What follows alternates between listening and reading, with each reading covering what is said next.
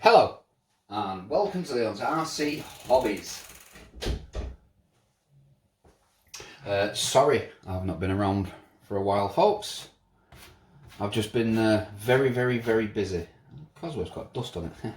I've been very busy. I've not had time to do many videos and stuff, but I thought I'd show you what I've been up to.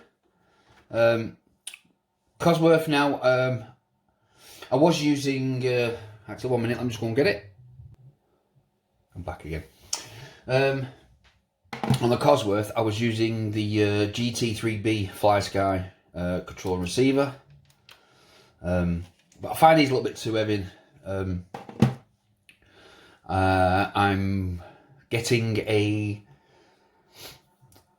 smaller controller for it, another Fly Sky one, not the fancy one with all the screen and everything, just the bog standard cheap one.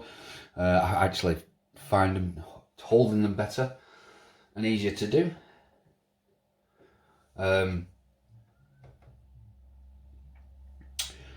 So it's for the sorry, I lost myself completely then.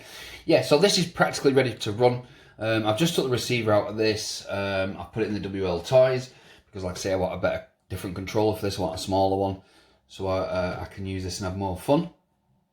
The other thing I've added to this is I did some Yokohama tyre stickers on there, but that is 100% complete. The Cosworth is ready to go and ready to run. Practically just waiting for that controller to turn up. What I have been up to though is, move this camera forward, my wltoys. I have turned it brushless. Took out the old electronics. I've still got them, they all work still fine. It's now got a, I'll show you some close-ups on there. You can, don't know if you can just see that in there. I've got 100, it's a cheap combo, so it says 120 amp ESC with a 3300 kV motor using the pinion from the wltoys. So that's it. The gearing's still the same. The problem with these is the servo. Let me put the. There we go. The servo is a stock size servo. The one in the wltoys is a good like 10 mil smaller. So there is no way of clipping this in. So you either use a piece of Meccano that will just clip over the top of it, and as you can see, I screwed it in there, and just on the opposite side, I screwed it in the same places as the bracket would fit on the original one. I used just a piece of cut aluminium, drilled a hole in either side, and strapped it in to stop it moving. The receiver, as you can see, is sat on top of that. The cat pack as well sits right on top of the weights you get in these. You can see that the ESC is there, and what I had to do is cut a hole. It wasn't trying to poke through, but it was the fan was blocked by the top, so I just cut a square out so it can breathe better. Still running our steel, well, our aluminium bottom. I have tested it, and I'm still using the stock battery at the moment, the lithium one. Need to order a Liquifat 2S to fit in the back. I will try it on a standard 2S. I just won't be able to do too much with it. Won't fit in properly until I get the other one. Like I said, I've tried it now. It's lost some of its torque, not a lot of it, but it's lost some torque, obviously, because a brushless motor have more torque than most brushed motors have more torque generally than brushless motors. But what I've done with this is, I can't remember how I did it, but I set this ESC for another car, and you punch, so as soon as you pull that trigger, you don't get 100% at once. I cut it down to 50, I think. So when you pull the full trigger, it doesn't do the old twist chassis and flick in the air like that. Now it sets off like a normal speed, but a second later, all the power comes in. So it just stops that initial torque twist that it gets. I only tried it up on the front, up and down, and bloody hell, it's quick. It's quicker than obviously what it was with being brushless. I don't know what it's going to be like on dirt. I don't know what how long it's going to survive. But to be honest, I'm not that bothered if the ESC and that goes on this, because a cheap combo. The motor I got through a swap on a shell and that, but the ESC I bought myself. It was like 13 quid or something like that. It wasn't very expensive, and if it does all go pear shaped, I'll just bang all the old electronics back in it. It worked absolutely fine. With them electronics, they've not broke on me yet like some do, and it was running fine if you've seen from other videos. Stuck the switch as well up here, so I can get to the switch. But what I'll do is we'll unplug it, we'll plug the battery in, and I'll just show you what it's like while it's being held in the air. So 1 second.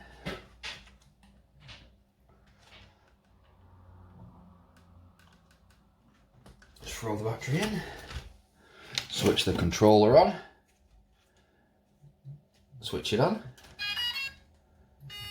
There we go.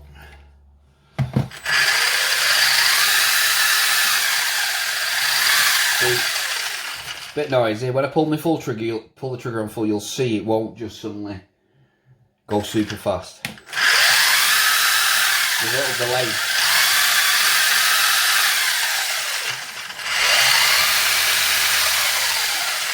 And if you just balloon the tyres.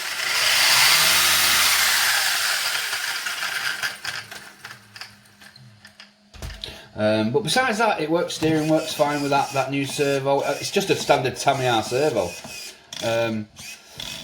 but it's not a standard car one. I think it's off an old crawler or something of some type, because it's got more force on it than the standard wltoys one. But as you can see, steering works absolutely fine, and the delay from the throttle, like I say, as soon as I press it, there's a slight delay, which stops that torque state. And to be honest, I don't want it smashing. I don't want it smashing the gears and snapping the drive shaft. So, like I say, the punch I've took down to about 50%. We'll give it like a second, and it all kicks in anyway once it's rolling. So less wear on the gears, but I've got spare ones if they break. But hopefully I'll get it out and we'll get it tested. Actually, I will be getting out and getting it tested. And we're taking the Cosworth out. That is, like I say, just waiting for that. Fly Sky controller with the ESC. That's just a plug and play, and we're off. But yeah. But for those who was interested in this, was asking me what it costs. So you can buy this combo. Now, people use expensive ones and whatever. I used a cheap one because I'm not really bothered about this. It's just a case of, I've got a few of these and I've never had a problem with them yet, these cheapo ones.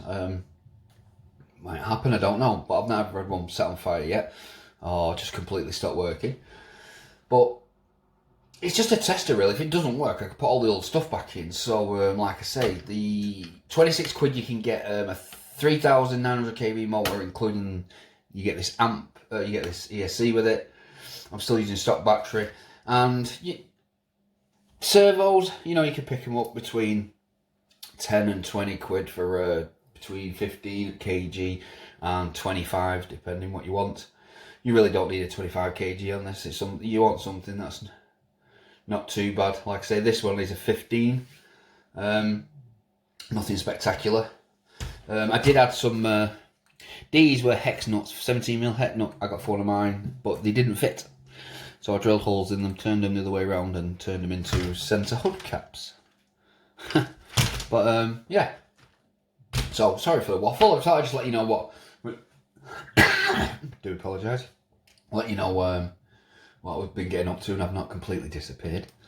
But yeah, just wait for a few more bits to turn up, and then we'll get this. We'll get a video done, because I really would like to see what this is like on 2S. I mean, the battery it comes with is not too bad, but obviously the proper 2S battery, you're gonna get that nice kick with it, and see what happens. The other thing I've got to do is where the original switch went. I'm just going to fill that up with a glue gun, so in case I never need to reuse it again. but it should stop water flicking up.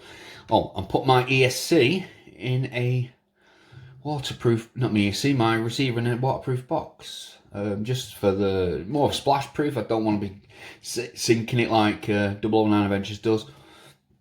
Just to, you know, get some good shots through going some mud and some puddles and that. But yeah, so that's where we are at the moment. Thank you very much for watching. Please subscribe. Bye. Don't forget to like and come check us out on at Suicidal RC. Bye.